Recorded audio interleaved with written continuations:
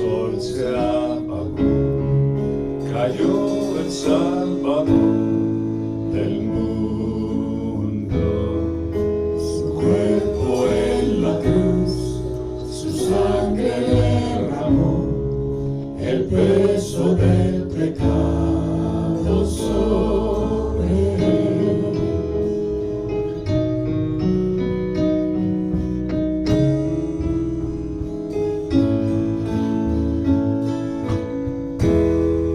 Al fin él suspiró, el cielo lo ignoró, el Hijo descendió en tinieblas,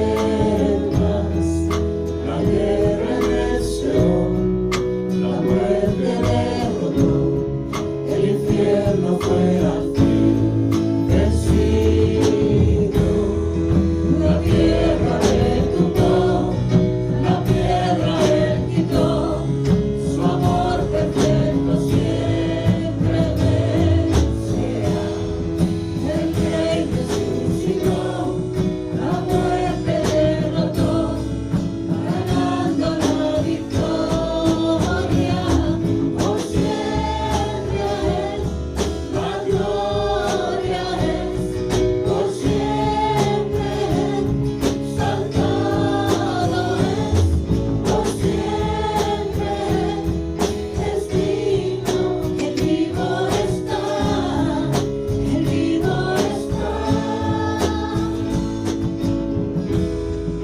La tierra retumbó, la piedra él quitó, su amor perfecto siempre vencerá. El Rey resucitó, la muerte derrotó, ganando la victoria. Por siempre a él la gloria es, por siempre exaltado es, por siempre es digno. El vivo está, el vivo está. Cantamos aleluya, cantamos aleluya, cantamos aleluya, el Rey resucitó. Cantamos aleluya, cantamos aleluya, cantamos aleluya, el Rey resucitó. Cantamos aleluya, cantamos aleluya, cantamos aleluya.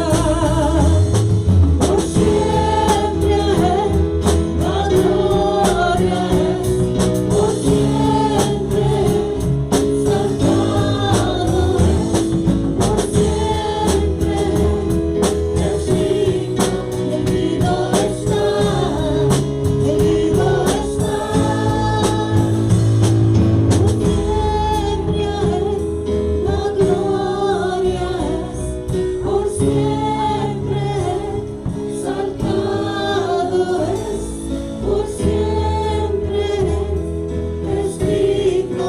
El vivo está, el vivo está.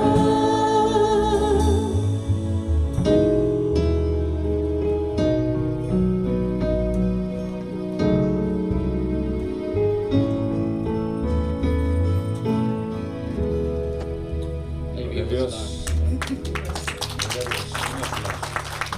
Padre Celestial, te agradecemos por esta mañana que nos concedes el amanecer, Señor, y las fuerzas para poder venir acá a escuchar tu palabra, Dios mío, a cantar ante ti.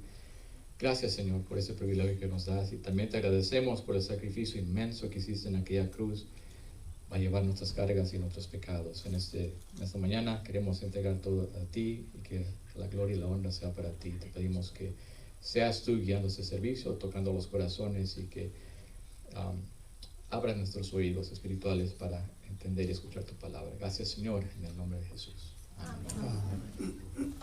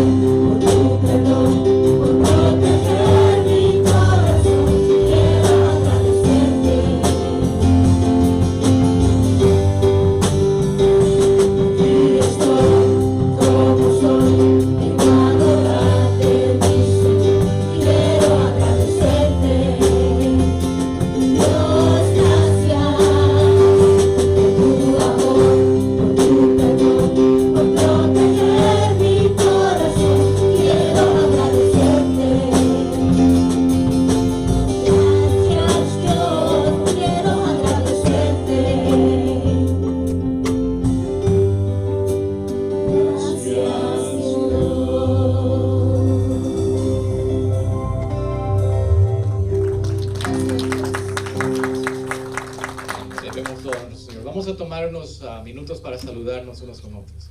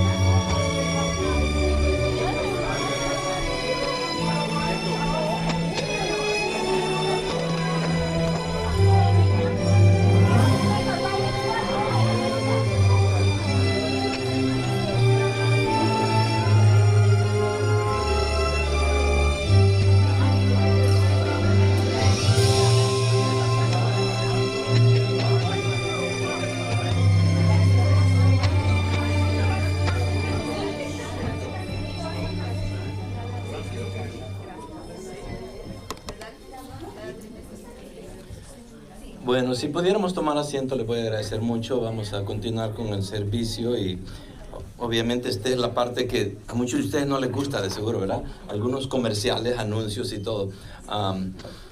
Pero no es como en el mundo. Estas son cosas que nos benefician a nosotros como parte del cuerpo de Cristo. Y gloria a Dios porque estamos acá. La honra y el honor para nuestro Señor Jesús.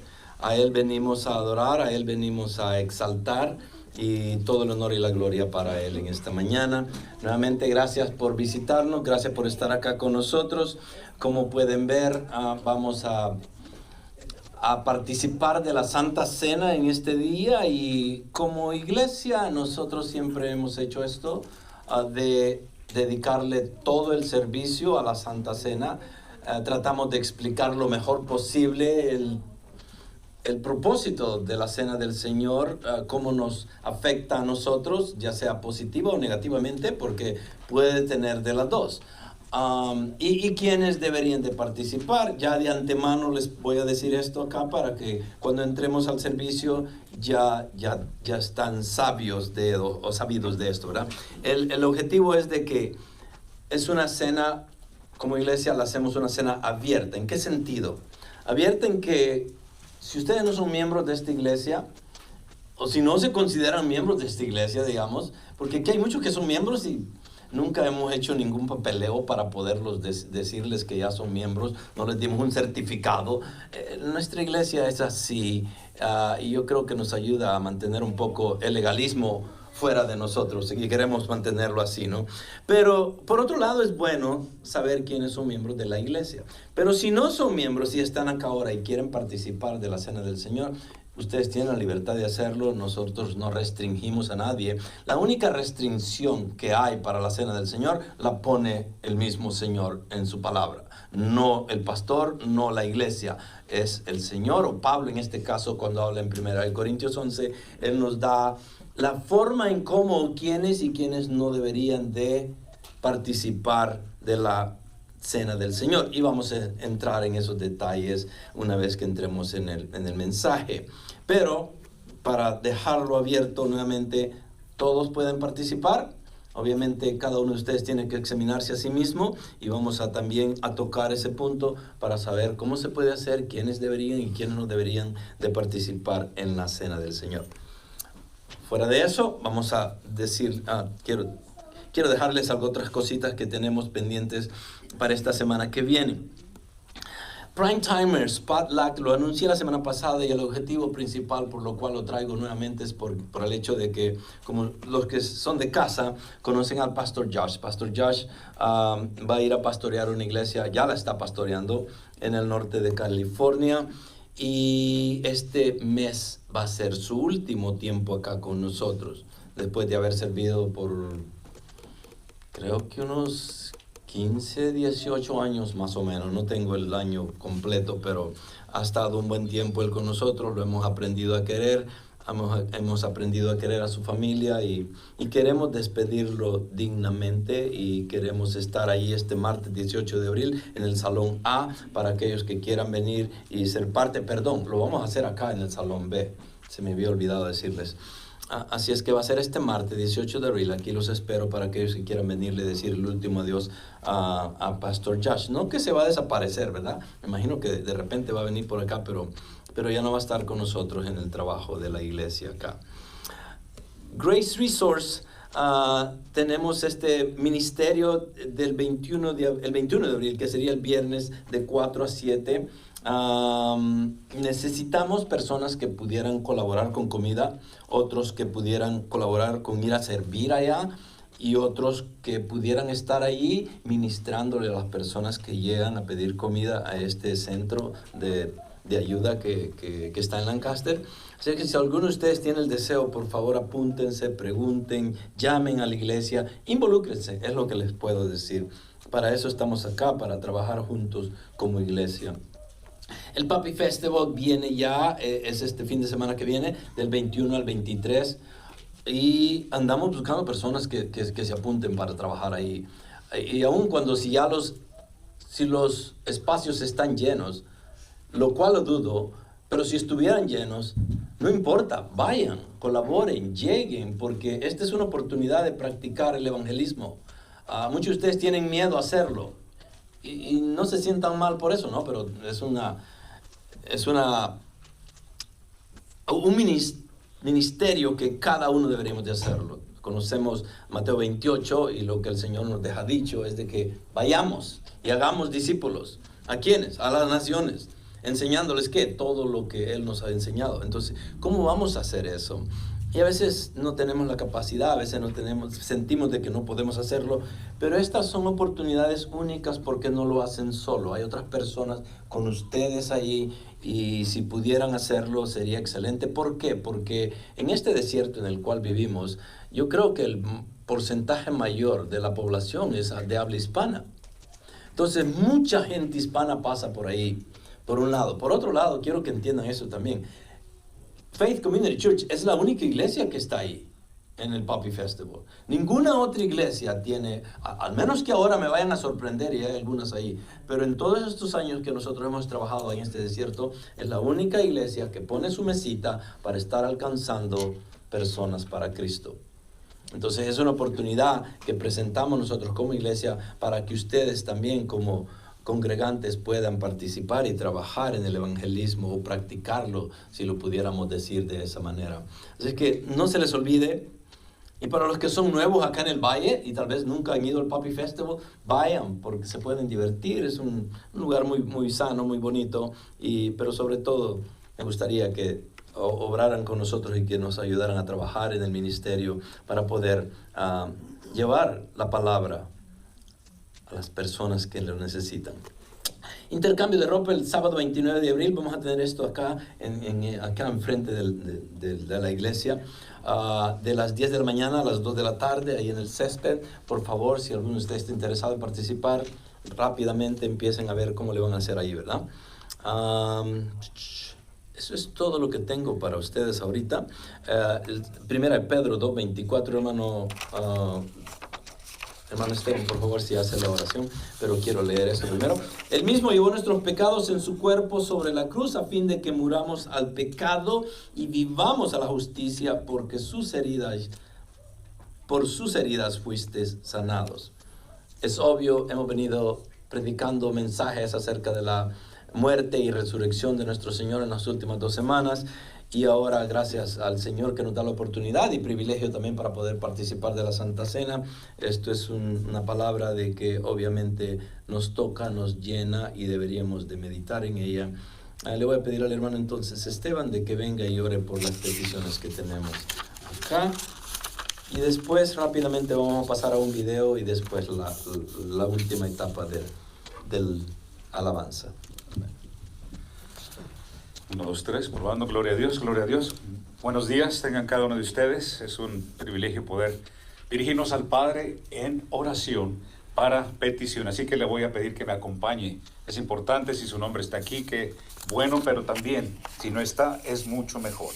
Así que acompáñeme en la petición de oraciones para nuestro Señor. Inclinemos nuestro rostro. Alabado sea tu precioso nombre, Señor Padre Jehová, en esta mañana. Recibe toda honra, toda gloria, Señor, porque solamente tú eres digno de recibir, Señor, todo reconocimiento, todo crédito, Señor, en favor, Señor, en este caso, de nosotros, Padre. Aquí nosotros venimos en esta mañana suplicando, Señor, por perdón de pecados primeramente, Señor, pidiendo, Señor, que tu misericordia caiga en cada uno de nosotros, Señor, y que acepte nuestro perdón porque te hemos fallado, Señor. No hay un ser perfecto, ni uno solo, dice tu palabra en Romanos, que sea justo y que busque de ti, Señor. Por lo cual, aun cuando nosotros nos has apartado, somos santificados para tu reino y tu ministerio, Señor, fallamos, Señor. Pedimos que perdone, Señor, nuestras faltas, nuestras omisiones a sí mismo, Padre.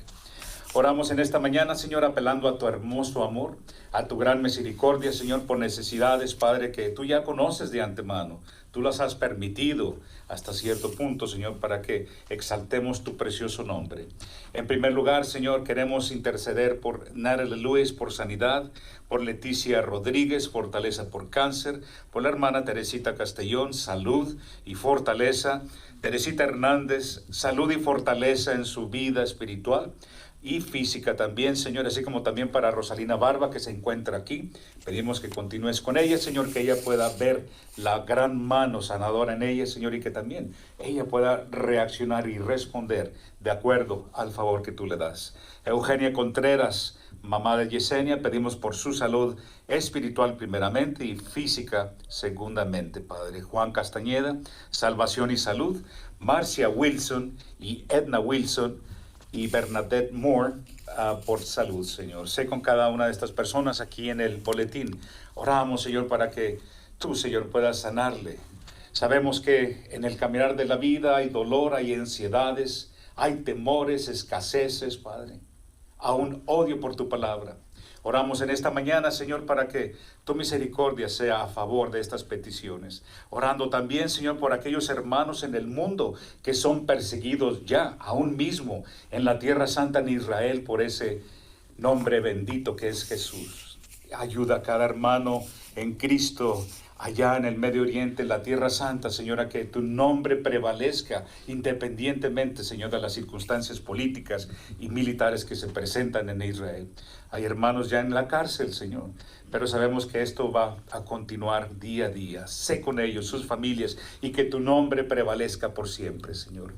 Oramos también por las necesidades de este pueblo, de esta congregación, para que tu misericordia sea en ellos, si es que no están en el boletín, Señor, y que tú, Señor, ayudes al caminar en el Evangelio, que sea la luz que alumbre nuestro andar en tu presencia, Señor.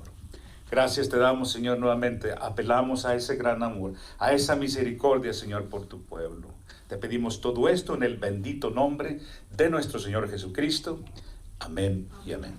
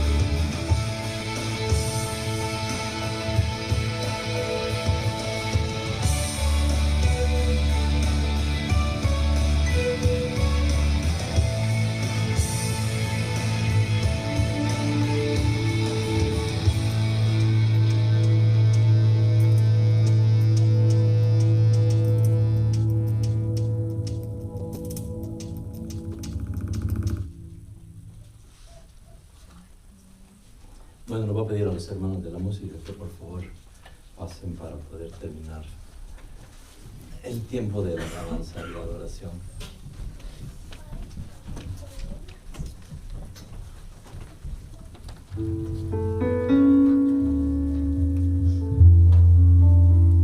Nos ponemos de pie, por favor.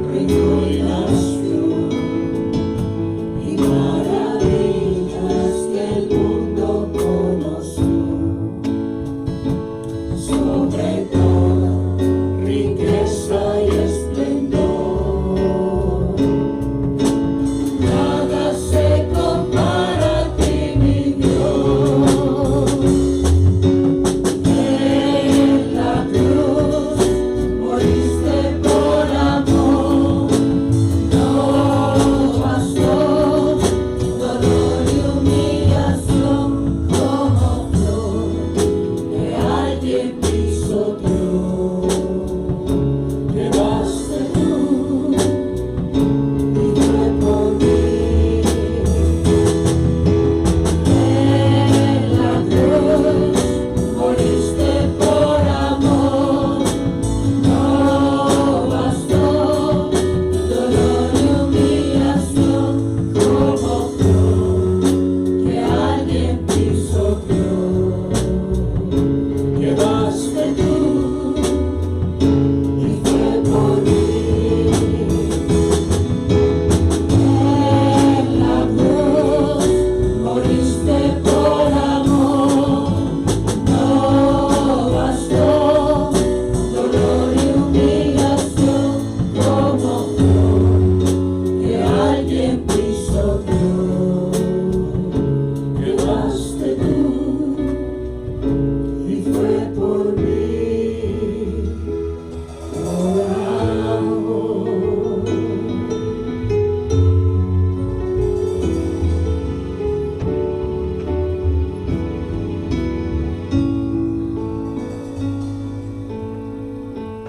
Así es, Padre Santo, fue por amor, Señor, que diste tu vida por nosotros.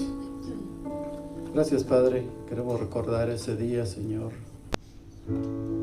esta hora que vamos a hacer la Santa Cena, Padre. Fue tu última reunión ahí con tus discípulos antes, Señor, de sufrir el dolor en la cruz, para que podamos nosotros, Señor, ser perdonados de nuestras fallas, de nuestros pecados. Ayúdanos, Señor, esta mañana a entender tu palabra.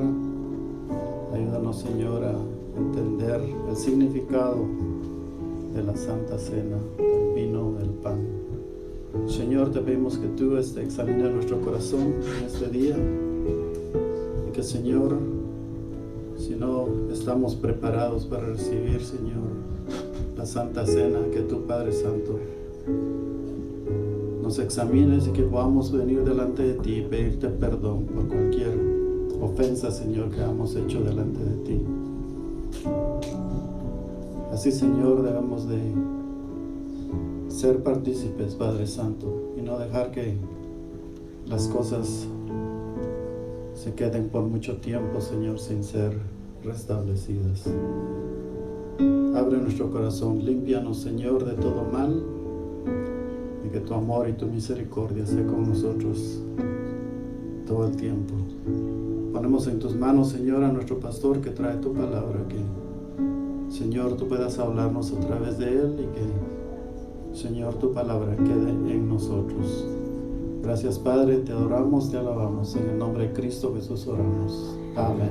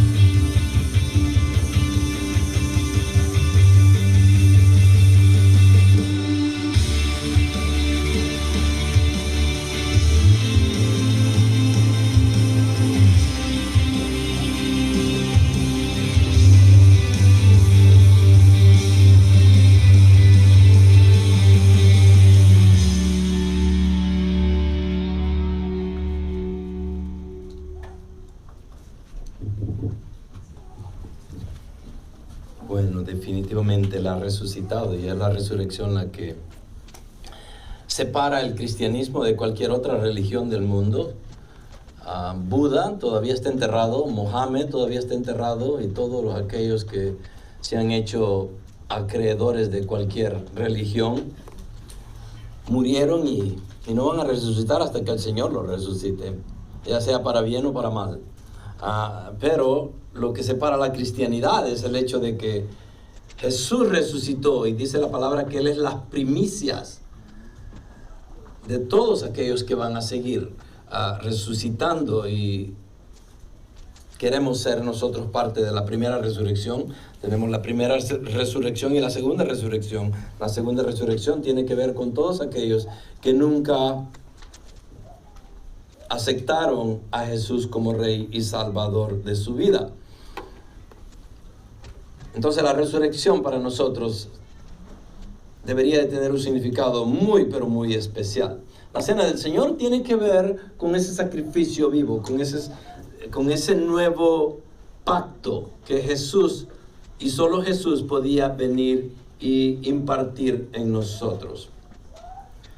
Quiero que estemos viendo la cena del Señor desde el punto de vista en cómo Pablo la explica en el primer libro de Corintios, capítulo 11. Y son muchos los versículos, y queremos más o menos tener una idea general de lo que la palabra nos enseña. Y encontramos 3 secciones en ella, en las cuales vamos a ver la perversidad que existía en esta iglesia, o la perversidad que existe en el hombre cuando venimos a una comunión con Dios. A veces podemos dañar esa comunión por la forma en cómo nosotros operamos o cómo llevamos a cabo las cosas. Y Pablo está exhortando a esta iglesia muy duramente, y el capítulo 11 es el inicio. Ya empezó en los últimos 10 capítulos de Primera de Corintios. El trabajo de Pablo es arreglar una cosa, arreglar otra, exhortar a los hermanos, y está muy fuertemente hablándole a esta iglesia que se ha desviado mucho. No hay peor iglesia en el Nuevo Testamento que los corintios. Y esa es la iglesia que más le enseña, y gloria a Dios por esta iglesia, porque si no fuera por esa iglesia no pudiéramos tal vez entender todas las cosas que Pablo nos está enseñando. Pero empieza en el capítulo 11 a exhortar a esta iglesia de tal manera que se pasa del 11 entrando en la cena del Señor, y se pasa de ahí al 12 en adelante, el 13 y el 14, donde va a hablar acerca de los dones del Espíritu y cómo han sido mal interpretados, cómo han sido abusados, y obviamente tiene una agenda en la cual empieza con la cena del Señor, o el capítulo 11 de Primera de Corintios. La cena del Señor es muy significativa para nosotros. Obviamente es el nuevo pacto que Jesús viene a inaugurar. Y Él dejó 2 cosas muy claras. El bautismo y la cena del Señor son 2 cosas que se tienen que practicar en una iglesia sana. Una iglesia sana significa de que es una iglesia que es bibliocéntrica, cristocéntrica, y que encuentra no error en la palabra de Dios. La Biblia puede desviar a mucha gente, y no la Biblia, el corazón del hombre se desvía por sí mismo, pero podemos nosotros malinterpretarla, y desafortunadamente por las malas interpretaciones es que hay diferentes doctrinas bíblicas, y tenemos que entender el concepto de que la Biblia no tiene ningún error, y que fue y ha sido preservada en una forma en la cual la palabra de Dios inspirada a los escritores todavía se mantiene.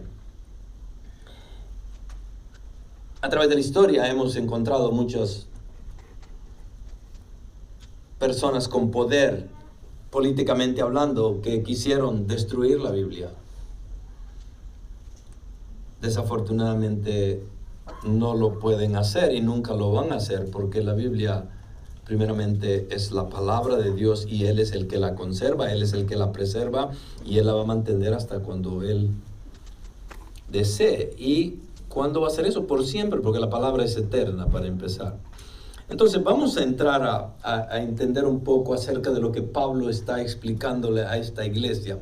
Primeramente, la cena del Señor se concentra en este concepto acá: haced esto en memoria de mí. Tenemos que recordarnos qué es el recuerdo que deberíamos de tener en nuestro corazón, en nuestra mente. Es el hecho de que Cristo vino, fue encarnado, nació de la Virgen María, vivió por 33 años y medio. Su ministerio empezó a la edad de 30 años, en la cual él empezó a predicar la palabra y a hablar acerca de su misma muerte y resurrección. Fue algo que lo venía predicando a los discípulos, inclusive nunca le creyeron a la hora de él ser capturado la noche del jueves, cuando fue traicionado, y fue cuando él conmemoró este acto de la Santa Cena. El Señor, ni aún en esa noche los discípulos no entendían ni le creían. Inclusive lo pudimos ver la semana pasada en la resurrección, en la cual las mujeres son las primeras que van al sepulcro. La piedra ha sido removida, ellas son las primeras que observan que el Señor resucitó. Los discípulos todavía estaban escondidos. La única manera que llegó Pedro y Juan fue porque las mujeres les llegaron a decir de que el cuerpo no estaba ahí. Se querían cerciorar y pensaron, me imagino, en ese entonces, en aquellas palabras de Cristo, en que Él tenía que ser entregado a estas personas que lo iban últimamente a matar. El sacrificio iba a venir, no había forma de evitarlo, era la única manera de que Él pudiera comprarnos de la pecaminosidad en la cual el mundo se encontraba. La muerte tenía que pasar, pero la muerte sin resurrección no significaba nada para el cristiano. Es la resurrección la que dicta lo que nosotros somos. Somos hijos de Dios que, así como morimos en Cristo, vamos a ser resucitados en Cristo. Bueno, todo esto empieza con la Pascua. La Pascua es lo que el Señor estaba celebrando con los discípulos. Obviamente, en la noche que iba a ser celebrada, Él mandó a unos a preparar este lugar, que es el aposento alto, en el cual ellos se iban a encontrar, y iba el Señor a celebrar la Pascua con sus discípulos. Entre medio de la Pascua existe aquello de que algo bueno también hay algo malo a la par de eso, como en la muerte de Cristo en la cruz. Él está muriendo por los pecados del mundo, pero al mismo tiempo que nos está salvando, la ira de Dios está cayendo sobre Él. Entonces son como dos cosas que como que son contrarias, pero el amor y la justicia de Dios se lleva a cabo en la cruz. De la misma manera, en la Santa Cena, cuando el Señor está celebrando la Pascua, Él conmemora esta Santa Cena, pero entre medio de todo eso tenemos a un traidor, a Judas, que lo está traicionando y ya lo vendió, y el Señor, por ser omnisciente, entendía todo, ya conocía lo que estaba pasando, inclusive insta a Judas a que lo que tenga que hacer lo haga pronto. Ustedes se recuerdan de eso, ¿verdad? Entonces, el Señor conmemora esta Santa Cena, que era la Pascua originalmente. La Pascua nace en Éxodo 12. Y tengo algo ahí que decirles. La sombra en el Antiguo Testamento, antes que Israel saliera de Egipto, el Señor le indicó a Moisés que el pueblo debía participar de la cena de la Pascua, en la que se debía sacrificar un cordero sin defecto, rociar la sangre del sacrificio en los dinteles de las puertas y ventanas, asarlo y comerlo con panes sin levadura y hierbas amargas. Además, debían comerlo con los lomos ceñidos, con el calzado puesto y con el bordón en la mano. En pocas palabras, el Señor los está preparando para que salgan. Iban a matar este cordero. Generalmente mataban un cordero por cada 10 personas en una casa. No necesariamente tenían que ver exactamente 10 personas, pero esa era la forma en cómo ellos mataban este cordero, o lo iban a hacer en ese entonces. Por cada 10 personas iban a matar un cordero. Si había más de 10 personas, tenían que haber matado 2 corderos. Y iban a participar de esta cena. Esa sangre de este cordero iba a ser puesta en los dinteles de las puertas de cada una de estas casas. Obviamente, no necesariamente solo los judíos tenían esta capacidad. A ellos les fue dada esta instrucción. Pero cualquiera pudiera haber hecho eso si seguían los rituales judíos. Matar un cordero, poner la sangre en el dintel de las puertas para que el ángel de la muerte pasara sobre ellos. Eso es la Passover, pasar sobre la puerta o sobre la casa. Okay. ¿Importaba quién estaba en la casa? En ese momento no. Pónganse a pensar, ¿ok? El Señor les da una instrucción que va a llevar a cabo. El propósito de la instrucción es primeramente salvaguardar a los judíos mismos, que Él los va a rescatar. Pero al mismo tiempo, el propósito era enseñarle a al faraón, quién era Dios. El faraón se consideraba Dios entre los egipcios. Inclusive el hijo del faraón era considerado como un Dios más pequeño, pero esa era la forma en cómo ellos practicaban su religión. En todas las 10 plagas que el Señor hizo milagros en el pueblo de egipcio y en el pueblo obviamente israelita, Él en cada una de esas plagas estaba atacando o poniendo por el suelo a dioses. Cada plaga representaba un dios egipcio, en el cual el Señor manda a que estas plagas traigan miseria y traigan muerte en el pueblo egipcio. Nuevamente, cada una de estas plagas atacaba a cada uno de estos dioses en los cuales los egipcios creían. Entonces el punto principal era llegar y matar al primogénito. Esa era la última plaga. Y cada puerta o cada hogar que no estuviera manchado con la sangre del cordero, el primogénito de esa familia iba a morir. Y es exactamente lo que le pasa al faraón. Entonces el propósito nuevamente era traer el poder de Dios, mostrarle al faraón quién era Dios a través de estas 10 plagas, y la última en la cual el faraón iba definitivamente a dejar ir al pueblo de Israel, no porque él quería, sino porque Dios lo había planeado de esa manera. Entonces a partir de allí, cada vez que los israelitas celebraban la Pascua, recordaban cómo Dios los había liberado con mano poderosa de la esclavitud de Egipto.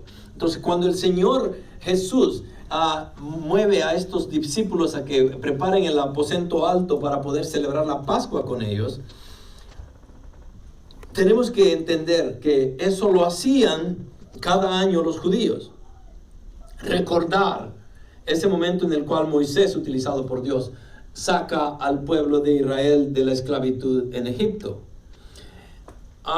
Y la idea era sacar a Israel, liberarlos de la esclavitud en la que se encontraban y llevarlos a la tierra prometida. Amén.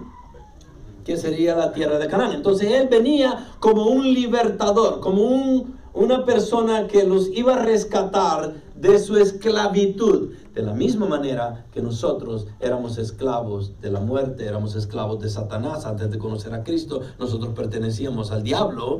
Y alguno de ustedes está acá y está diciendo: yo no soy cristiano, pero tampoco pertenezco al diablo.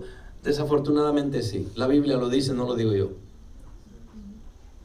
La Biblia muy claramente dice que si no seguimos al Padre, si no creemos en Cristo, si no somos de Dios, somos del diablo. Inclusive Pablo muy claramente lo explica en el libro de Efesios capítulo 2, donde dice que estábamos muertos en nuestros delitos y pecados y que lo único que merecíamos era la ira de Dios. y nuevamente podemos encontrar muchos versículos en los cuales apoyan todo esto que les estoy diciendo, pero la realidad era esta. Pertenecíamos a Satanás. Éramos esclavos del diablo. Ahora somos esclavos de Cristo. Entonces Dios llega a Israel o a Egipto a rescatar a su pueblo, a sacar a aquellos que iban a ser el pueblo querido de Dios. Y Él sirve como el libertador, aquel que los iba a remover de la esclavitud. Ahora la Santa Cena, cuando el Señor la está llevando a cabo en el aposento alto, nos recuerda cómo Dios nos libra de la esclavitud del diablo y del pecado para salvarnos, liberarnos, restaurarnos y conducirnos a la vida eterna por medio del sacrificio de su Hijo Jesucristo y la obra del Espíritu Santo. Entonces podemos ver que la Pascua se celebraba con un objetivo: recordar de que Dios había liberado al pueblo del pecado y lo iba a llevar a la tierra prometida. Entonces era una liberación para poderle dar una patria, un lugar.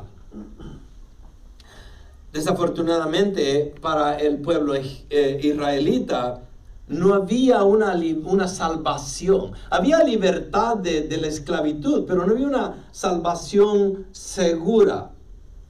Porque no había un pacto en el que dijera de que yo vengo a rescatarlos, no solo a rescatarlos, pero vengo a salvarlos. No, el rescate de Israel es una cosa. La salvación del cristiano, la salvación de la iglesia es muy separada y muy diferente a eso. Como podemos ver, fuimos salvos de nuestra pecaminosidad. Entonces, volviendo a la Pascua, el Señor prepara la Pascua y ahora va a traer algo nuevo, y ese era el nuevo pacto. Y eso lo podemos encontrar en Lucas, y ya lo vamos a leer. Pero el concepto es de que estas puertas con los dinteles, con esa sangre derramada, iba a proteger estas familias que se encontraban detrás de estas puertas. Y no importaba quién estuviera atrás. ¿Sí me entienden? No iba a venir el ángel de la muerte y decir, bueno, aquí está Aarón con su familia, aquí está Moisés con su familia, a esto lo voy a dejar en paz, aquí está Josué y lo voy a cuidar. No, y tampoco no estamos queriendo decirle que el ángel de la muerte tal vez no tenía este conocimiento, o si lo tenía, pudiera ser. Pero el ángel de la muerte iba a obedecer a Dios, y el ángel de la muerte iba a pasar sobre las puertas que estuvieran manchadas con la sangre del Cordero. Esa sangre del Cordero representa a nuestro Señor Jesús, que iba a morir el día de la Pascua, que sería el viernes en este caso. El día de la Pascua el Señor iba a morir. Eran 483 años después de que Daniel dictó o habla acerca de las 70 semanas, en las cuales 69 semanas iban a pasar hasta que Jesús muriera. Entonces Él iba a morir en la Pascua, porque las profecías lo habían dicho. Esta Pascua el Señor la convierte en algo nuevo. Y eso es lo que se le conoce para nuestro tiempo como la Cena del Señor. La Santa Cena existe para recordar la muerte de Jesucristo por nosotros. ¿Cuál es el significado? Somos un cuerpo en Cristo. Tenemos comunión con el Espíritu. Tenemos comunión unos con otros, superando divisiones. Abandonamos todo lo que se relacione con el mal. Entonces, esa es la forma correcta de ver tal vez la mesa del Señor o la cena del Señor. La Pascua para un judío celebraba el poder liberador de Dios. Era Dios como Salvador sacándolo de Egipto a la tierra prometida. Es equivalente a nosotros a la cruz, donde Él nos saca de la esclavitud del pecado al reino de su amado Hijo. Él es el mismo paralelo. Es Dios, el Dios liberador y salvador. Y de paso recuerda siempre que Jesús fue crucificado en Pascua. ¿Sabes por qué? Porque Él fue el máximo sacrificio de la Pascua. Él fue el último sacrificio de liberación.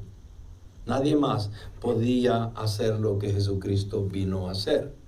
Entonces, cuando Él está dando su vida ese día de la Pascua, el día en el que el Señor muere es cuando mataban a todos estos corderos.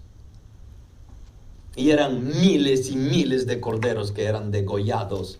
Y la sangre corría en el templo en esa época. Ese día es cuando el Señor va a dar su vida. Por eso Juan el Bautista le dice: he allí el Cordero de Dios que quita el pecado del mundo. Él tenía que morir en la Pascua porque era el Cordero divino, el Cordero santo, el Cordero libre de ningún pecado. Y Él iba a morir y dar su vida santa para que nosotros pudiéramos ser salvos.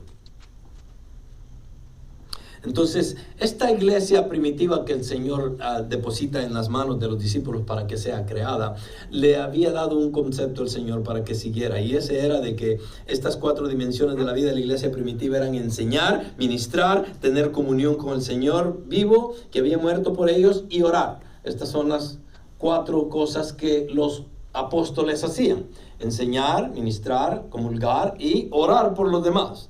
Eso era lo que el Señor estaba pretendiendo dejar también en ese momento de la cena del Señor. Entonces, la cena del Señor, como un memorial del sacrificio de Cristo por nosotros, es la forma en cómo lo deberíamos de ver. La cena como un memorial del sacrificio de Cristo por nosotros.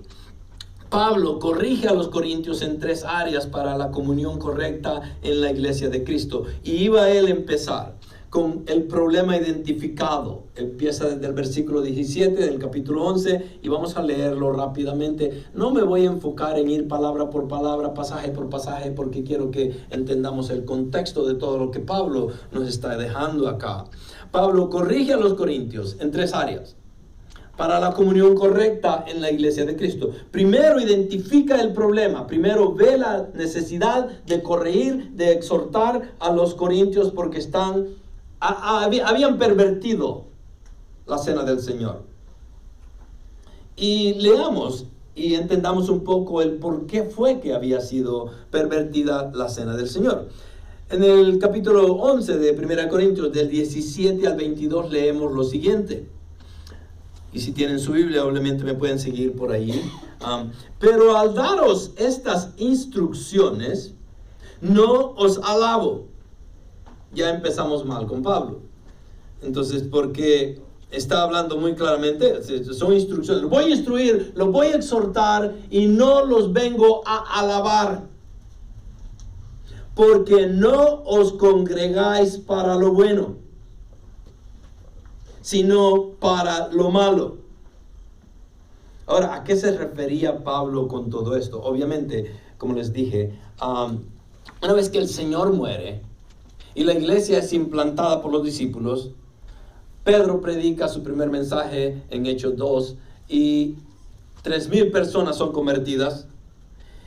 Entonces los discípulos empiezan a enseñar, a ministrar, a comulgar y al mismo tiempo a orar unos por los otros. Vendían sus casas, vendían todo lo que tenían y se colaboraban unos con otros. ¿Por qué? Porque cuando Cristo muere o cuando cada Pascua pasaba, venían de muchas regiones, judíos que vivían fuera de Palestina tal vez, o inclusive personas que habían escuchado y querían entender lo que significaba la Pascua, o querían conocer a Cristo, querían conocer la iglesia, y venían a celebrar la Pascua en ese entonces, y muchos de ellos se quedaban en Jerusalén, muchos de ellos eran esclavos.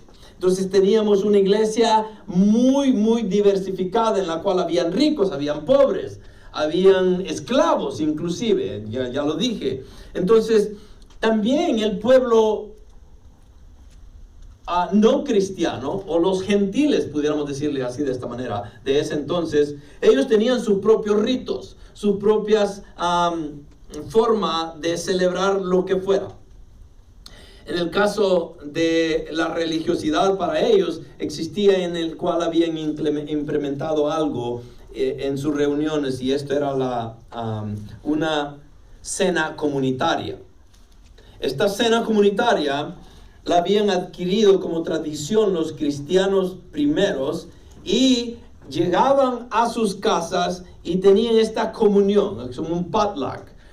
Cada quien traía su comida, y ahí llegaban ricos, pobres, esclavos y intermedios también. Entonces practicaban esta cena, que era una comida comulgal, o sea, una comida común, era como tipo tradición. Entonces llegaban, comían de esta comida, se le conoce como éranos.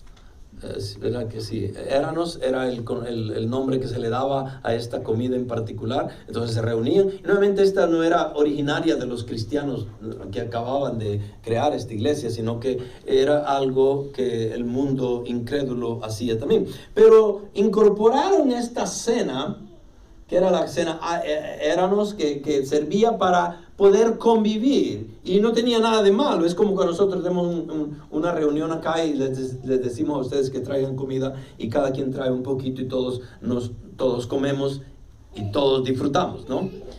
Pero ¿cuántos de ustedes han participado? Levanten la mano cuando nosotros hacíamos esto cada sábado, una vez, muchos de ustedes, ¿verdad? ¿Y qué pasa? Traemos comida y para poder disfrutarla, ¿no? ¿Qué pasaba siempre? Le voy a dar un ejemplo como ilustración para lo que está pasando en el pueblo de los Corintios. De que venimos y cada quien trae, ¿no? Pero unos traen más, otros traen menos y otros no traen nada. Ok, esto no es para los que no trajeron nada, no se preocupen. Ese no es el tema ahorita. Pero venimos y participamos, y unos traen un montón de comida, otros apenas traen algo, y otros van a la tienda, traen un par de donas para que digan de que trajeron algo, ¿no? Y ¿qué es lo que pasa con esto? De que a la hora de las horas que vamos a comer, los que llegan de último se quedan sin comida, porque nunca alcanza, porque nosotros como hispanos casi no comemos. Entonces, y mi esposa siempre me regaña a mí, porque por ser el pastor de la iglesia yo soy el último que como. Y eso es, yo he agarrado eso desde que empecé a servir acá, a ministrar. Y yo les digo, no, coman todos, y hasta que terminen todos de comer o de servirse, entonces yo paso y agarro mi platito. ¿Qué pasa cuando yo llego a agarrar mi platito? Casi lo llevo vacío porque ya no encuentro nada. Entonces, todas estas cosas están pasando exactamente en la iglesia de Corintios. Llegaban y Pablo los está amonestando, les dice, pues en primer lugar, oigo que cuando reunís como iglesia hay divisiones, dice, habían divisiones. Ok, primeramente, ¿hay divisiones en las iglesias? ¿Cuándo? Todo el tiempo. ¿Deberían de haber divisiones en la iglesia? Sí. Pablo lo reitera acá, él dice, deberían de haber divisiones. ¿Por qué? Porque al haber división, miren, vamos a leerlo, ¿ok? Entonces, cada vez que nos reunís como iglesia hay divisiones entre vosotros, y en parte lo creo, porque es necesario que entre vosotros haya bandos. ¿Cómo le pudiéramos llamar ahora? ¿Clics? Sí, ¿verdad? Yo soy de Pablo, yo soy de Pedro, yo soy de Apolo, yo soy de Cristo, y ahí andamos. Yo sigo al hermano Julano, yo sigo al hermano Sutano, a mí me gusta más aquel, y empezamos a tener divisiones. Como que si para eso nos llamó el Señor. Entonces Pablo está exhortándoles, dice, porque es necesario que entre vosotros haya bandos, a fin de que se manifiesten entre vosotros los que son aprobados. Básicamente dice Pablo, van a haber bandos, y es bueno. ¿Por qué? Porque así se aprueban los que son buenos. Así que si ustedes están aquí en el bando equivocado o en el bando malo, tienen un propósito. El propósito es que la iglesia pueda separar a los buenos de los malos y poder observar quiénes son los buenos y quiénes son los malos. Ese es el propósito de las divisiones. Si ustedes están acá y dicen, ¿y cómo le hago para entrar al bando de los malos entonces? Porque yo quiero dividir la iglesia. No necesitas hacerlo. Ya Satanás tal vez te está utilizando ya. A menos que seas cristiano. Entonces no, es el Señor que tal vez te está motivando a hacer cosas que no deberías de hacer, también por el hecho de que, aunque el Señor no motiva lo malo, obviamente, pero el punto es de que nos puede permitir cosas que Él va a utilizar para su gloria. Y el punto es de que a veces las divisiones vienen de la iglesia misma. Yo conozco a la mayoría de ustedes, obviamente, que en la mayoría de los casos ustedes han venido de otras iglesias, y en la mayoría de las iglesias en las que ustedes han estado han habido divisiones, ¿sí o no? En la mayoría. ¿Y de dónde vinieron las divisiones nuevamente? ¿De afuera o de dentro? Siempre salen de la iglesia. Las iglesias más grandes o las iglesias más pequeñas, cuando se dividen de adentro hacia afuera. Entonces Pablo reconoce eso y les está diciendo, porque es necesario que entre vosotros haya bandos, a fin de que se manifiesten entre vosotros los que son aprobados. Por tanto, cuando os reunís, esto ya no es comer la cena del Señor. Entonces se iban a reunir para comer la cena del Señor. Iban a tener esta comida común y después entrar a la cena del Señor. Ese era el objetivo, comer primero, convivir, y de ahí entraban y celebraban la cena del Señor. Porque 21, porque al comer cada uno primero come su propia cena. Cada uno toma primero su propia cena, y uno pasa hambre y otro embriaga. Y Pablo les pregunta, ¿qué? ¿No tenéis casas para comer y beber? ¿O menospreciáis la iglesia de Dios y avergonzáis a los que nada tienen? En pocas palabras les dije, no, habían ricos, habían pobres. ¿Quiénes llegaban primero? Los que tenían más comida, los que tenían más acceso a todo, llegaban con sus comidonas. ¿Y qué pasaba? Ellos llegaban, se sentaban y comían y se llenaban. Y el pobre que llegaba tarde, o que no llegaba, o que estaba ahí pero no pudo llevar comida, ¿qué pasaba con él? Se quedaba sin hambre, con hambre. Entonces Pablo les dice, ¿o menospreciáis la iglesia de Dios y avergonzáis a los que nada tienen? ¿Qué os diré? ¿Os alabaré? En esto no os alabaré. Entonces Pablo empieza la cena del Señor demostrando el error que han cometido y lo que estaban haciendo de mal. Y esto se le conoce como la perversión en la cena del Señor. ¿Por qué? Porque en esta perversión habían glotones, borrachos, egoístas, y habían personas que causaban divisiones.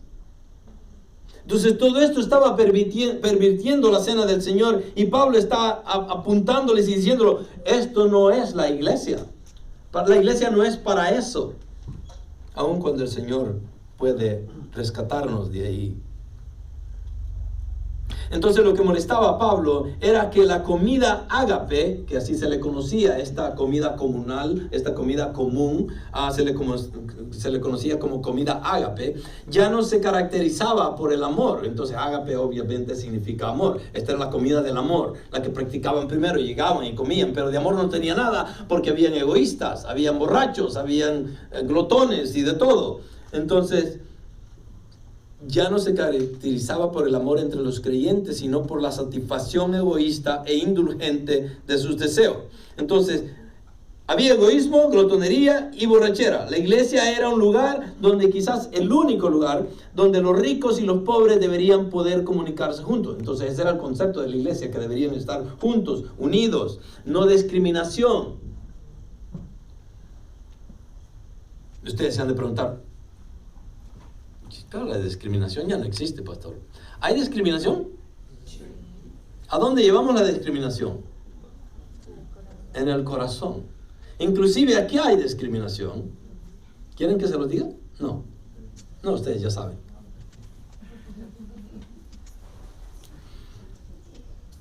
Hay discriminación.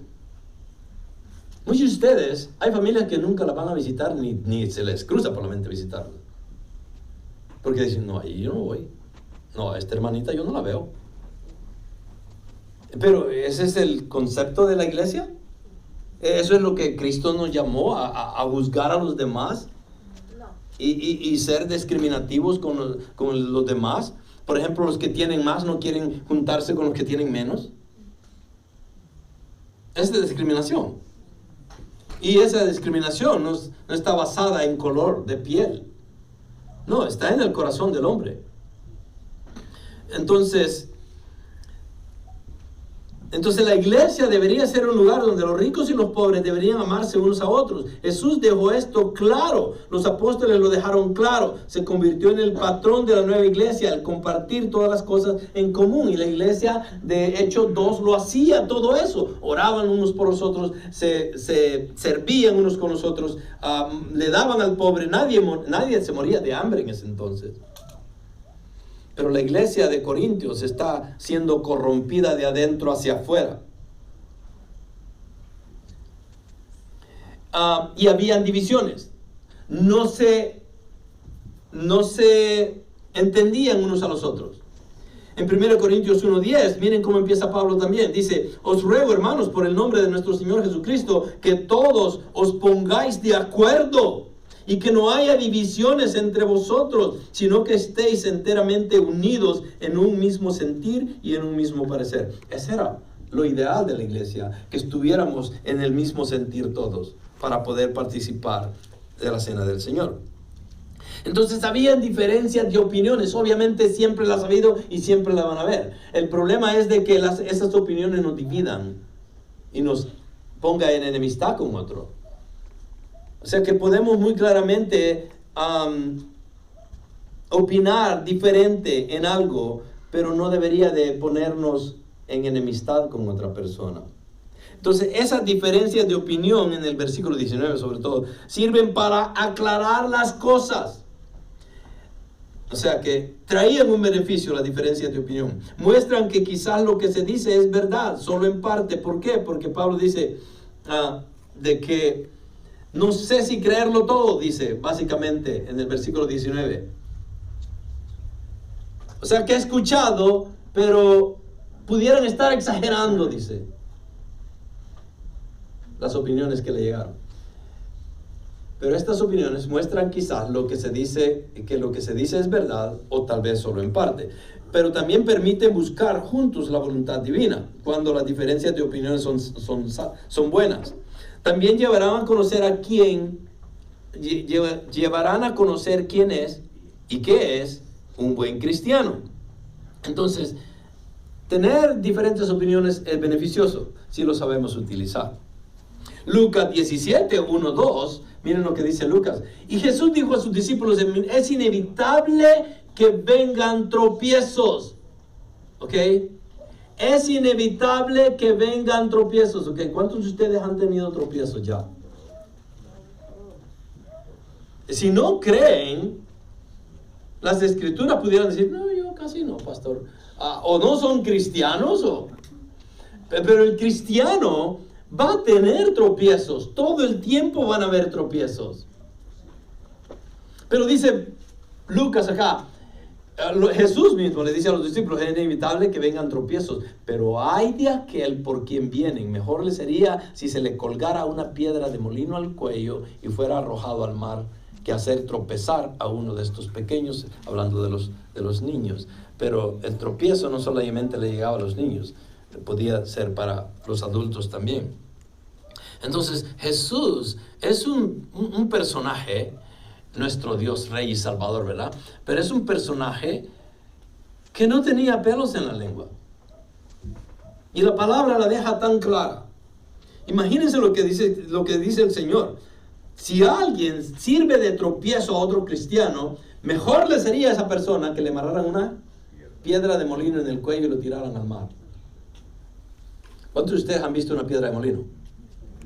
Una piedra de molino sería la que está arriba, no la de abajo necesariamente. Ok, la de abajo solo lo ponen debajo de ella y ya se murió. Pero la de arriba, se ve pequeña esa piedra, pero ¿saben cuánto pesa? Ninguno de ustedes la pudiera levantar, esa piedra. Pero esas son las piedras de molino. Me recuerdo cuando fuimos a Capernaum, están las ruinas ahí y se miran esas piedras ahí que han quedado como evidencia de lo que pasaba hace 2000 años. Y vimos esas piedras que eran ocupadas para moler y sacar el aceite del olivo. Esas son las piedras de molino.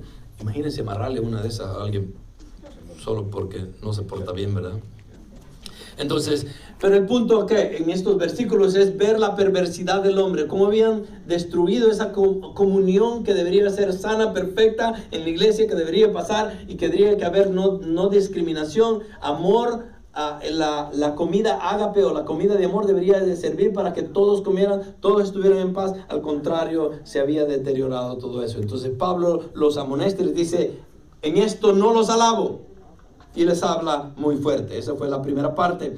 La Santa Cena como un memorial del servicio de Cristo por nosotros. Entonces vemos la primera parte de esas tres áreas es el problema identificado, que es la perversión. Y después llega al propósito recordado, que es la cena del Señor.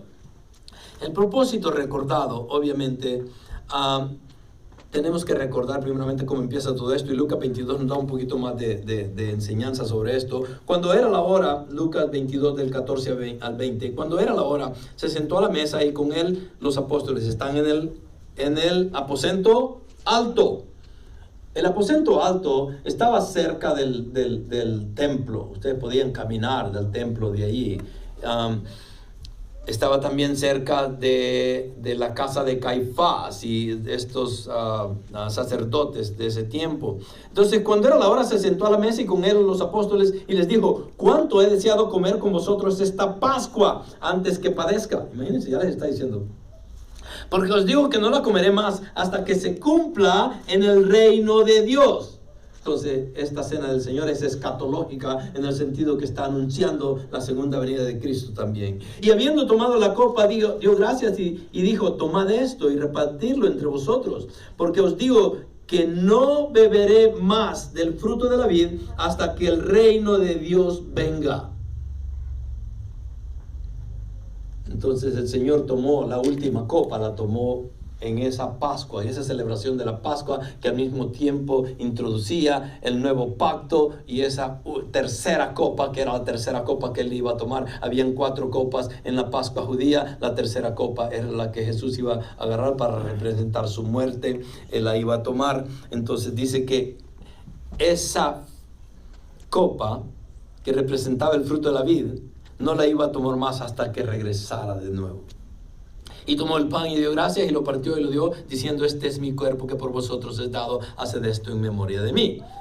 De igual manera, después que hubo cenado, tomó la copa, diciendo: esta copa es el nuevo pacto en mi sangre que por vosotros se derrama. Entonces, estos son los versículos del 23 al 26. Porque yo recibí del Señor lo mismo que os he enseñado. Ahora empecemos allí. Porque yo recibí del Señor lo mismo que os he enseñado. Okay. ¿Quién recibió toda esta información? Pablo. ¿De quién? De Jesucristo, dice. Pero si toda la palabra es inspirada por Dios, ¿no? Entonces, ¿cuál es la diferencia en que Cristo le dijo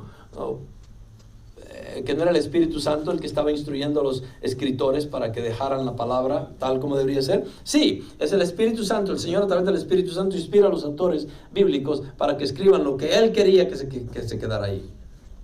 Pero Pablo, entendiendo eso, llega y le dice: porque yo recibí del Señor lo mismo que os he enseñado. En pocas palabras, esto fue algo en particular. Él aprendió directamente de Cristo. ¿Se recuerdan cuando Pablo es convertido por primera vez? Que el Señor se lo lleva al desierto y está allá por 3 años con él. ¿Quién le enseñó a Pablo? Nadie, ningún discípulo. Jesucristo mismo lo instruyó. En esas instrucciones que Dios le da, me imagino que habla acerca de la cena del Señor. Entonces, porque yo recibí del Señor lo mismo que os he enseñado, dice que el Señor Jesús, la noche en que fue entregado, tomó pan.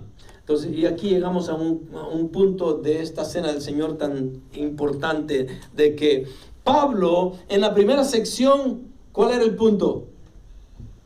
La que acabamos de leer. La perversidad. El punto primero, hay 3 puntos. El primero, del versículo 17 al 22, era la perversidad que estaba pasando en la iglesia. Entonces, estamos viendo que ese punto era un punto en que Pablo les termina diciendo: por esto no los alabo, porque todo lo que están haciendo es incorrecto. Entonces, vemos que empieza con algo malo, y al final, del versículo 27 en adelante al 34, también termina con algo malo. Entonces, entre medio de estos 2 puntos que aparentemente son malos, viene Pablo y pone la cena del Señor entre medio de estos 2 puntos, del 23 al 26. Es como una gema tan preciosa.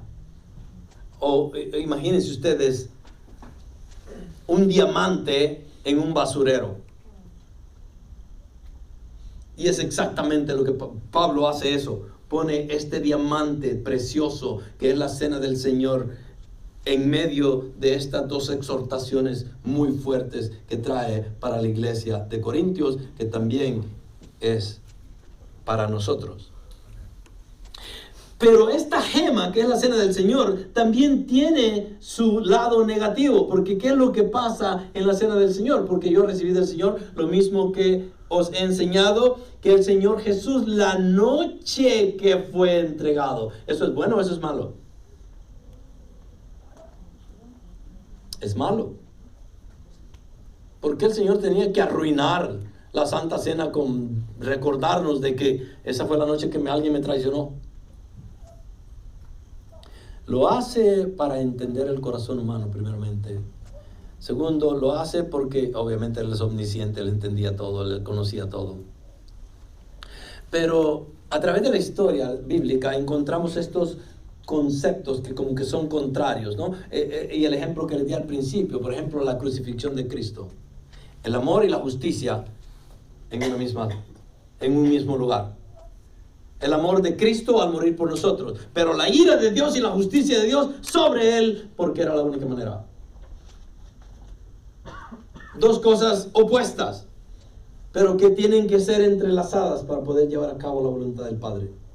De la misma manera, el Señor está dejando el nuevo pacto acá, y entre medio de esto, ¡pum!, sale el pelo en la sopa, ¿no? Porque fue la noche que fue entregado. Entonces, ¿qué hizo esa noche? Tomó pan y después de dar gracias lo partió y dijo: este es mi cuerpo que es para vosotros, haced esto en memoria de mí. De la misma manera tomó también la copa después de haber cenado, diciendo: esta copa es del nuevo pacto en mi sangre, haced esto cuantas veces la bebáis en memoria de mí, porque todas las veces que comáis este pan y bebáis esta copa, la muerte del Señor proclamáis hasta que Él venga. Nuevamente, escatológicamente, el futuro de la Santa Cena está ahí, porque pedimos de que Él regrese para que podamos compartir esta cena con Él. Las cenas del Cordero se van a llevar a cabo, la iglesia y Cristo celebrando en el cielo. Entonces esperamos la segunda venida, es obvio. Entonces este es el propósito. Los exhorta y les dicen lo malo que está haciendo y les da el propósito. Los exhorto para que entiendan lo que Cristo hizo por ustedes. Y que no deberían de actuar como están actuando. Al contrario, deberían de estar conmemorando la muerte de Cristo para nosotros ahora. Y no buscar divisiones, no buscar glotonería, borracheras ni nada por el estilo. Vengamos con una mente clara y entendible de que Jesús vino con un propósito. Eso fue de morir por nosotros. Y Él está plantando su sacrificio en la cena del Señor en este entonces, que sería la Pascua. Entonces ese es el propósito de la cena, conmemorar. Por ejemplo, para los israelitas del tiempo de Jesús, obviamente cuando Él estaba celebrando la Pascua era para conmemorar. ¿Sí me entienden? Conmemorar la salida de Israel de Egipto, y iban a entrar a Canaán. Pero el Señor viene y esa Pascua judía, Él viene y la cambia completamente. Dice: ya no tienen que pensar en la Pascua judía. ¿Por qué? Porque yo vengo y este es un nuevo pacto, es mi cuerpo, es mi sangre que va a ser derramado y entregado para la salvación de todos. Entonces ahora cambia todo y la Pascua judía ya llega a salir sobrando ya. Históricamente nos ayuda a entender. Pero para el cristiano, ¿qué beneficio tiene la Pascua judía? Ninguna. ¿Por qué? Porque la cena del Señor es lo más importante para nosotros. ¿A dónde estaban? Estaban en el aposento alto, como lo dijo Lucas, Mateo también. Entonces el propósito de la cena es el Señor dejar claro de que su cuerpo iba a ser entregado y su sangre iba a ser derramado. Y esa iba a ser la cena que el Señor quería dejar muy claro con los discípulos para que la hiciéramos. ¿Cuántas veces? Todas las veces que fuera. La pregunta es: ¿por qué no lo hacemos nosotros mucho más?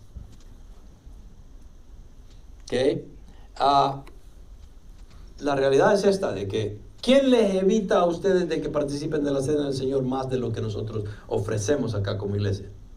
Nadie, porque ustedes lo pueden hacer en sus casas. Antes del COVID había más estudios bíblicos en las casas. Después del COVID ya como que se desaparecieron. En un estudio bíblico, ¿pudiera alguien tener la cena, practicar o llevar a cabo la cena del Señor? Seguramente que sí. Entonces, ¿por qué no lo hace la iglesia de Cristo?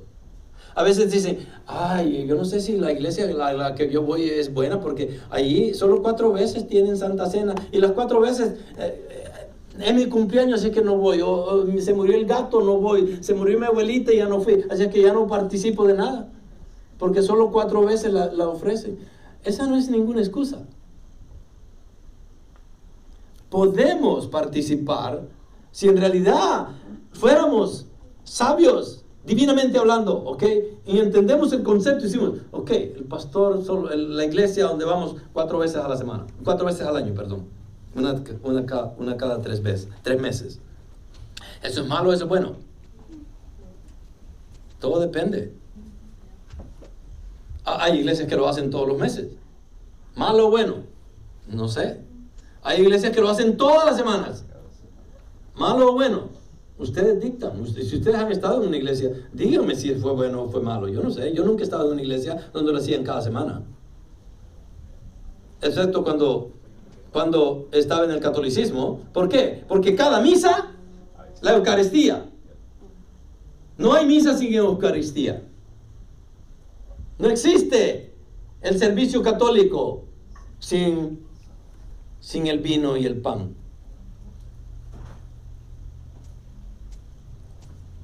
Desafortunadamente, no es la forma correcta de hacerlo tampoco, porque ellos lo ven muy diferente. Y ya les iba a explicar un poquito, no sé si me va a dar el tiempo, pero el punto es de que la cena se tiene que llevar a cabo las veces que sean necesarias, decía Pablo. ¿Cuántas veces lo hacía la iglesia primitiva? Todo el tiempo que se reunían, porque llevaban a cabo la comida ágape, la comida del amor, en la cual ellos comulgaban y interactuaban y se ayudaban y compartían y después llevaban a cabo la cena del Señor.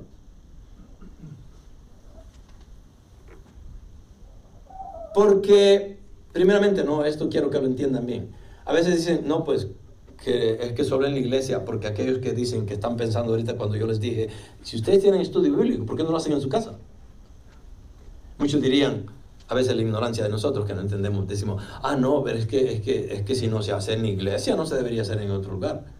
Ok, primeramente, la palabra iglesia, eclesia en el griego, ok, se aplicaba a ningún edificio.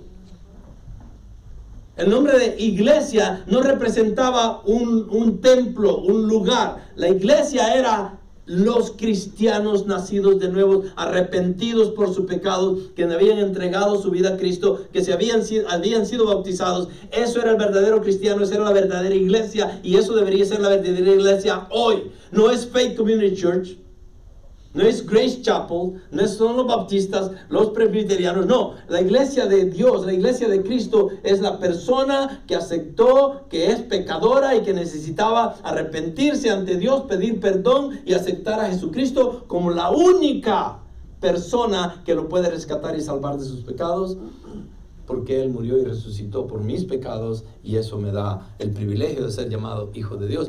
Eso es la iglesia, no el templo. A veces los templos les dan increíble. ¿Ustedes han visto los templos mormones? Mucho dinero. Y así se lo sacan a la gente. ¿Ok? ¿Cuántos de ustedes conocen el Templo de la Luz del Mundo en Guadalajara? O por lo menos lo han visto en foto. Un edificio increíblemente precioso, que ha servido solo para maldad, desafortunadamente. Pero entonces el punto es, no es el edificio la iglesia. Entonces, para tener la comunión, la Santa Cena, no necesitamos la iglesia en el sentido de edificio.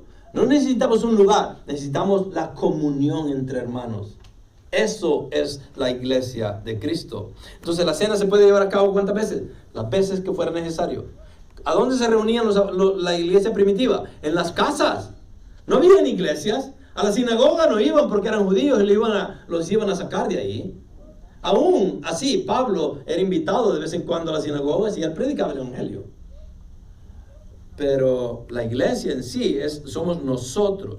Es una foto del aposento alto. obviamente eso no es lo que, donde Cristo estuvo. Me imagino el lugar, el pedazo de tierra, creo que sí es el original. Esto lo convirtieron en una forma de como para la historia que quedara ahí,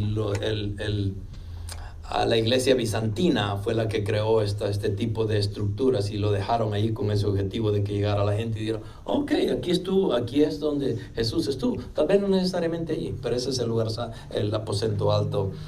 Y el aposento alto, si ustedes pueden ver este mapa ahí, esa es la vieja ciudad, todo lo que se ve de color gris, y donde está el pequeño pink, que dice ahí el rosadito, ahí es donde estaba el templo. El punto rojo es donde estaba el aposento alto. Desde ahí para el templo, pues obviamente se caminaba y no había ningún problema. Entonces, en estos versículos, del 24 al 25, encontramos 3 mandatos de Cristo. Tomad, aceptad lo que os doy. Comed, haced que sea esta parte integrante de vuestro ser. Y haced esto, que 3 cosas. Tomad, comed y haced esto. Como iglesia, ¿qué tenemos que hacer? Seguir obedeciendo. Estos son imperativos. Estas no eran sugerencias. Estas no eran que digamos, miren, les voy a dejar esto para ver si les gusta hacerlo. No. Esto es Cristo diciendo, haced esto, tomad, comed y haced. Son imperativos, que significa que son mandatos que deberíamos de tener todo el tiempo delante de nosotros. En memoria de Él, del 11:25, es el momento en que recordamos lo que hizo. Es la oportunidad para agradecerle nuestra salvación. Es nuestro monumento, nuestro memorial a su amor. Por eso venimos ahora, para recordarnos de lo que Él hizo. ¿Por quién? Por ustedes, dice la palabra, o por nosotros en este caso. En el versículo 26, el anuncio de su muerte, lo refrescamos en nuestra memoria, lo decimos unos a otros en el cuerpo de la iglesia y lo proclamamos a los que no lo conocen. Ese es el objetivo de la muerte de Cristo. Para que esté fresco en nuestra memoria de que Cristo vino, se encarnó en la Virgen María como Dios, vino a la tierra, vivió una vida humana, murió en la cruz y dio su vida por mí. Eso tiene que estar fresco en la mente del cristiano y poder compartir con los demás. Un punto acá muy claro, y quiero hacer esto énfasis. En Juan 6, del 47 al 56, dice lo siguiente: en verdad, el Señor hablando con los fariseos, en verdad os digo que el que cree tiene vida eterna. Yo soy el pan de vida. ¿Quién es el pan de vida? Cristo. Ok, ¿Él era pan?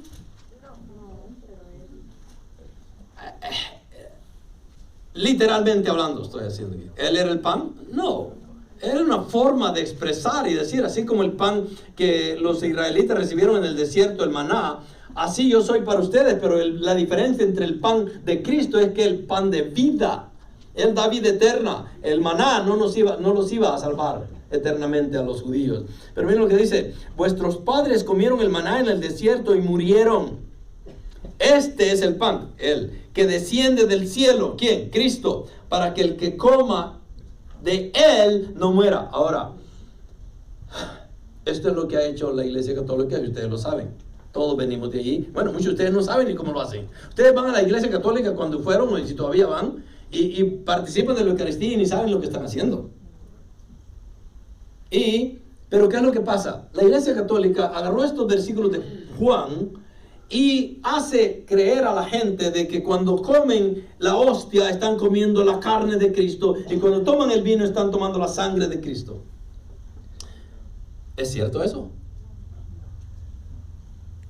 Ese sería canibalismo, ¿no? Por un lado. Por otro lado, Jesús vino a morir ¿cuántas veces? Una vez por todos los pecados. Entonces, ¿qué pasa si en realidad el catolicismo con la Eucaristía, la forma en cómo ellos la promueven, fuera verdad? Eso significa entonces de que Cristo, en cada Eucaristía, Cristo vive, Cristo muere, Cristo vive, Cristo muere, Cristo vive, Cristo muere. Y ahí están, se lo están comiendo No tiene ningún sentido, pero miren esto. Entonces, yo soy el pan vivo que desciende del cielo. Si alguno come de este pan, vivirá para siempre. Y el pan que yo también daré por la vida del mundo es mi carne. Los judíos entonces contendían entre sí diciendo, ¿cómo puede este darnos a comer su carne? Obviamente los judíos decían, bueno, si él está diciendo que es la carne, entonces, si no hay suficiente para todos. Imagínense, lo querían comer ahí. Entonces la lógica nos dice rápido de que obviamente Jesús no estaba diciendo que se comieran, que empezara yo a agarrar el pinky, tú agarras el dedo más gordo y... No era eso. Los judíos, entonces Jesús les dijo, en verdad os digo, si no coméis la carne del Hijo del Hombre y bebéis su sangre, y se lo vuelve a reiterar, no tenéis vida en vosotros. O sea, en pocas palabras, si ustedes no se comen la carne ni la sangre, están muertos. Tienen que comer para tener vida. Eso es lo que decía Cristo. El que come mi carne y bebe mi sangre tiene vida eterna, y yo lo resucitaré en el día final, porque mi carne es verdadera comida y mi sangre es verdadera bebida. El que come mi carne y bebe mi sangre permanece en mí y yo en él. Ahora, ¿cuál era el punto de todo esto? De que Jesucristo lo repite varias veces. ¿Para qué? ¿Para hacerles creer a los fariseos que tenían que comerse su carne y beber su sangre? No. Miren lo que dice al principio. Vuestros padres comieron maná del desierto y murieron. Versículo 50. Este es el pan, me imagino que va a decir, este es el pan, haber dicho Cristo, este es el pan que desciende del cielo. En pocas palabras les está diciendo, si ustedes creen que yo soy Cristo, que yo soy el Mesías, eso significa que yo soy Dios y yo vine de arriba hacia abajo y Dios está encarnado hoy acá. Y si ustedes creen, si ustedes comen, queriendo decir, si ustedes creen que yo soy Dios, ustedes tendrán vida eterna. Ese era el concepto, no de comerse la carne. Si ustedes creen que yo bajé del cielo, ¿quién baja del cielo? Solo Dios pudiera hacerlo. Amén.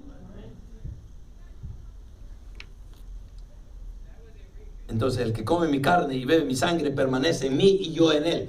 ¿Qué significa eso? El creer en que Jesús vino, Dios se encarnó en la segunda persona de Cristo, perdón, de la Trinidad. Cristo viene encarnado en la Virgen María, viene Dios, desciende y Él va a ser el pan de vida para cada uno de nosotros. ¿En qué sentido? En que si creemos en Él, vamos a tener vida eterna.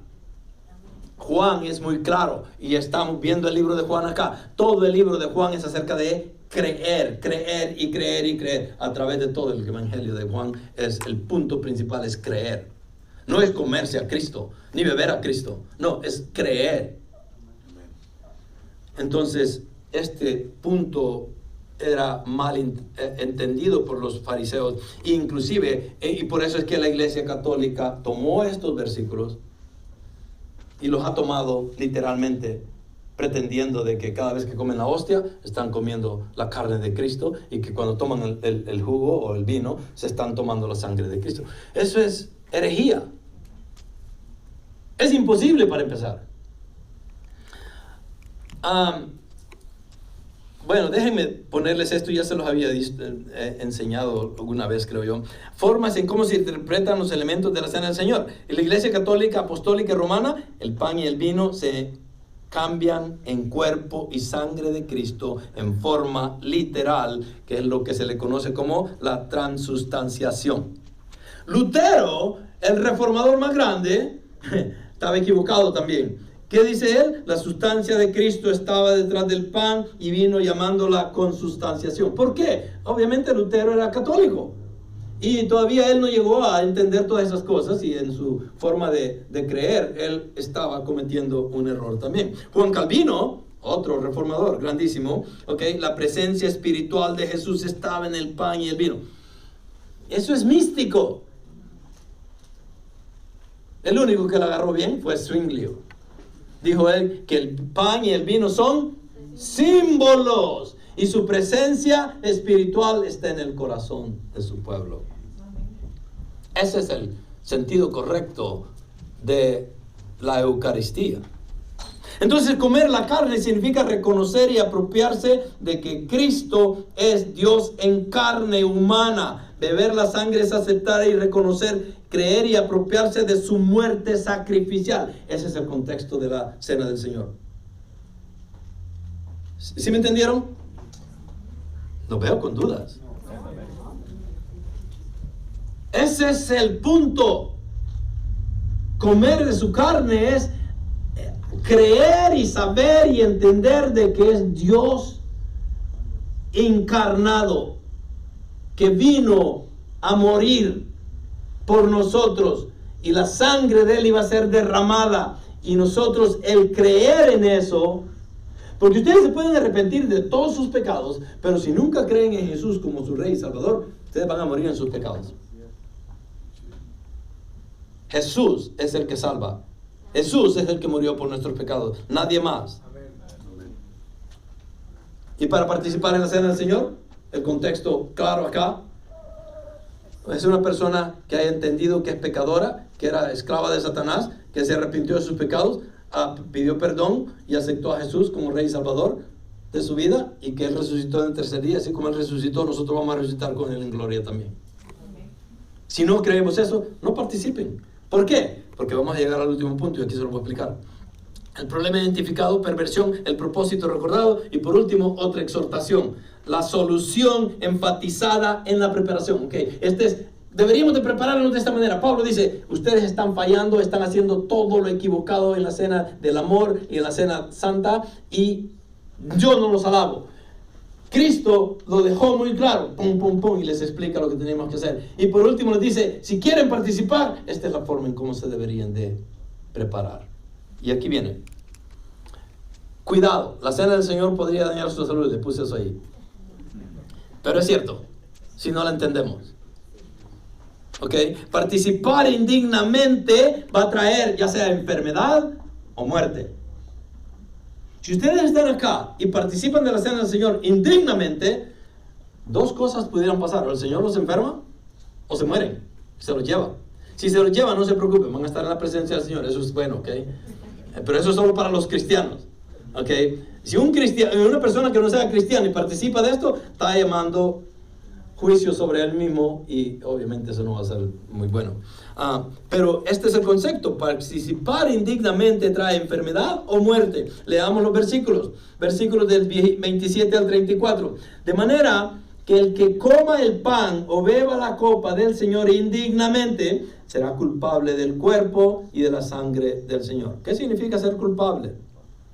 Bueno, que va a haber juicio sobre nosotros. Okay. Por tanto, examínese cada uno a sí mismo y entonces coma del pan y beba de la copa. Porque el que come y bebe sin discernir correctamente el cuerpo del Señor. ¿Cómo discernimos el cuerpo del Señor?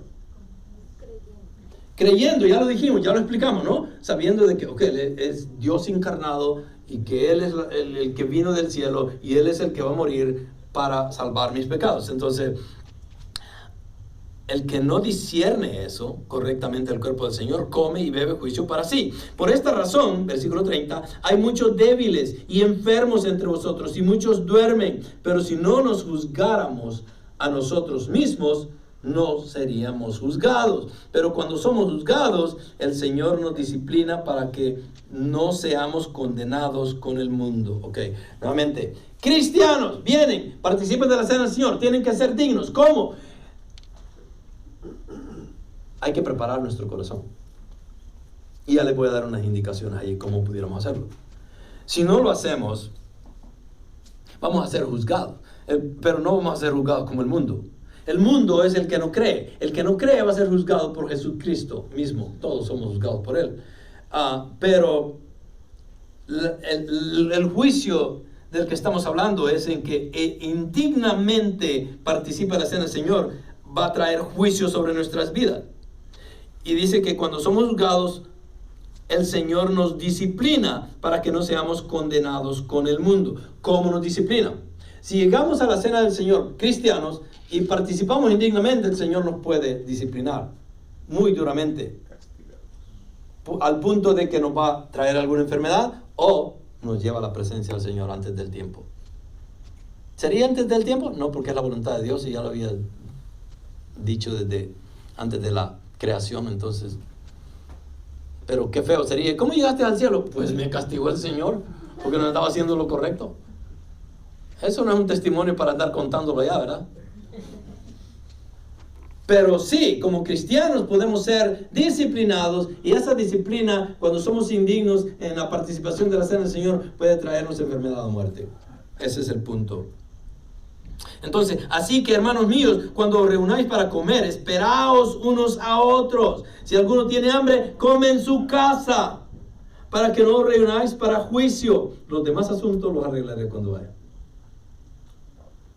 ¿Okay? Entonces, el punto acá es que esta preparación para la cena del Señor tiene que ser digna. ¿Cómo es digna? O sea, ¿cómo podemos indignamente participar de la cena del Señor? Ok, aquí está lo malo que pudiéramos hacer, ok. Y esto quiero que mediten en eso porque ya vamos a participar y no quiero que cada uno de ustedes diga, bueno, yo lo hice pero yo no sabía. No tiene excusa, ya lo explicamos, ya hablamos bastante. Entonces, ¿cómo podemos indignamente participar de la cena del Señor? Ignorándolo en lugar de obedecerlo. En pocas palabras, ¿a quién se refiere esto? Muchos de ustedes están acá ahora y están diciendo, ya están pensando, ya lo pensaron de antemano, desde llegaron y yo les dije de que va a haber Santa Cena y dijeron, yo no voy a participar. Estoy hablando con los cristianos, ¿ok? Si ustedes no son cristianos, no se preocupen, esto no es para ustedes. Pero si ustedes son cristianos y llegaron acá y el pastor dijo, vamos a tener Santa Cena, y ustedes dijeron, yo no lo voy a hacer ahora. ¿Qué es eso? ¿Cómo se le llama? Desobediencia. Porque ya entendieron, ya no tienen ninguna excusa y aún así están diciendo, yo no lo voy a hacer. Eso es desobedecer. ¿Y la desobediencia es pecado? Obviamente, ¿eh? Entonces una. Ahora, la otra es participar sin entenderla. Ok, pregunta, no levanten la mano. ¿Cuántos de ustedes ahora entienden la Santa Cena? Deberían. No he explicado todo, pero he hecho suficiente como para que no haya ninguna duda. No es tan difícil. Entonces, si ustedes dicen, pastor, yo no lo voy a hacer, es que todavía no lo entiendo. ¿Qué es de entender? Cristo vino, Él es Dios, Él vino a morir en la cruz, dio su vida por nosotros. Al creer en Él, eso nos salva. Y si tú ya hiciste eso, participa, porque el Señor te lo demanda. Él dice, hazlo. No nos pide si queremos o no lo queremos hacer. Entonces, tenemos que obedecer. No podemos decir que no entendemos si ya estuvieron acá. O muchos de ustedes vienen, o digamos, alguno que no sea creyente acá tal vez, y está diciendo, entonces yo voy a participar de la cena para ser salvo. No se participa de la cena para ser salvo. Se necesita ser salvo para participar de la cena del Señor. ¿Sí me entienden? Ok. Entonces, no lo hagamos por razones equivocadas que pueden traer juicio a nuestra vida. Participar con amargura en el corazón. ¿Ok? Y eso va con todos nosotros de seguro. ¿Ok? Venimos acá, salieron de la casa y vienen peleando con su esposa, con su esposo, o si lo dejaron en la casa, punto que peor. Entonces, porque por lo mismo que no están bien. Entonces, por favor, no lo tomen las que están acá sin esposo, ¿verdad? Que estoy hablando de ustedes. Pero el punto es, si venimos con amargura en el corazón, ¿deberíamos de participar de la cena del Señor? Obviamente que no. Ahora, ¿podemos corregir eso? Seguramente que sí. ¿Qué tienen que hacer? Pidan perdón y ya estuvo. Es tan simple y sencillo como eso. Pidan perdón para que participen. Participar sin amor a los hermanos y la iglesia. ¿Ok? Para participar a esto tienen que tener ustedes amor por la iglesia. Porque si ustedes no aman la iglesia, no entienden lo que Cristo hizo por ustedes. Y ya lo expliqué. Y si no tenemos el amor por los demás hermanos, como que no estamos donde deberíamos de estar. Ahora, ¿pueden solucionar eso ahorita? Obviamente que sí. Pidan perdón y reconcíliense. Y si la hermana o el hermano que no está acá y se quiere reconciliar con él, háganlo. Lo pueden hacer en su corazón. Pero no podemos participar indignamente. Y estos son puntos indignos que deberíamos de meditar. A veces yo le digo a la gente, no, deberían de hacer esto, esto y esto. No, mejor hay que decirles lo que no deberían de hacer. Y es lo que les he dejado acá para poder participar.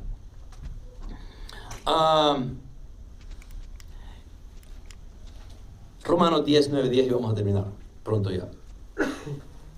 Que si confiesas con tu boca a Jesús por Señor y crees en tu corazón que Dios le resucitó de entre los muertos, serás salvo. Porque con el corazón se cree para justicia y con la boca se confiesa para salvación. Porque tengo esto acá. Porque tarde o temprano llegan gente que nos visitan y no conocen de Cristo, no conocen de la iglesia, no conocen de la Biblia, no conocen de la salvación, no conocen de la Santa Cena. Y si tienen un concepto de la Santa Cena está equivocado o lo que fuese. Entonces, si están acá, si estos son ustedes, si quieren participar de la Santa Cena, lo primero que tenemos que hacer es esto. Si confesamos con nuestra boca que Jesús es nuestro Señor y creemos en el corazón de que Dios lo resucitó entre los muertos, seremos salvos. La salvación es para todos. Y hoy es el día de la salvación, dice el Señor, no mañana. A veces venimos y decimos, no, hay un día de estos. Cuando esté en el hospital y me va a visitar y me trae una Biblia, tal vez la leo. No, hoy. ¿Cuántos sabemos cuándo nos vamos a morir? Ninguno de ustedes sabe. La salvación es muy especial. Y el Señor, segunda de Pedro, no quiere que nadie se pierda. Dice que todos vengamos al arrepentimiento. ¿Por qué? Porque el Señor quiere ofrendarlos esa vida eterna a todos. Creo que